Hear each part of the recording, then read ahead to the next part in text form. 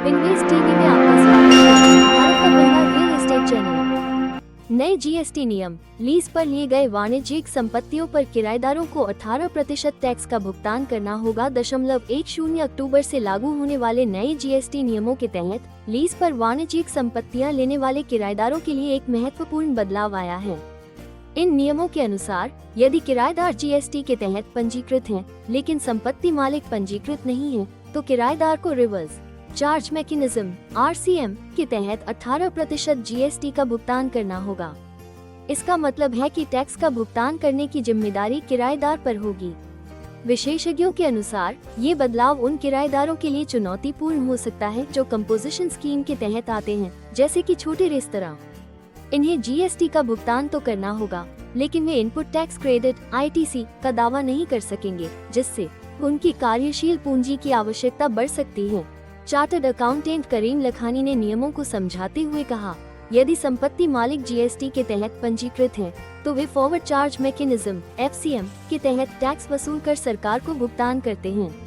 लेकिन अगर मालिक पंजीकृत नहीं है और किराएदार पंजीकृत है, तो अब किराएदार को RCM के तहत 18% जीएसटी का भुगतान करना होगा। जो किराएदार नियमित जीएसटी पंजीकृत हैं, वे इस राशि को ITC के रूप में दावा कर सकते हैं, लेकिन कंपोजिशन स्कीम के तहत आने वाले किराएदार ऐसा नहीं कर पाएंगे, जिससे उनकी लागत बढ़ जाएगी।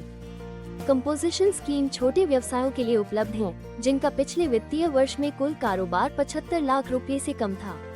इस स्कीम के तहत आने वाले किराएदारों को जीएसटी के भुगतान के बाद कार्यशील पूंजी की बढ़ी हुई आवश्यकता का सामना करना पड़ेगा, क्योंकि वे जीएसटी का क्रेडिट नहीं ले सकेंगे।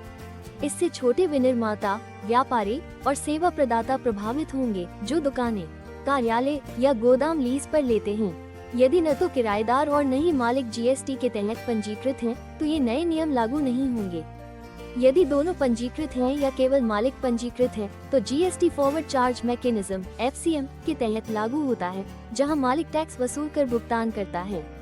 रिवर्स चार्ज तभी लागू होता है जब किराएदार पंजीकृत होता है, लेकिन मालिक नहीं।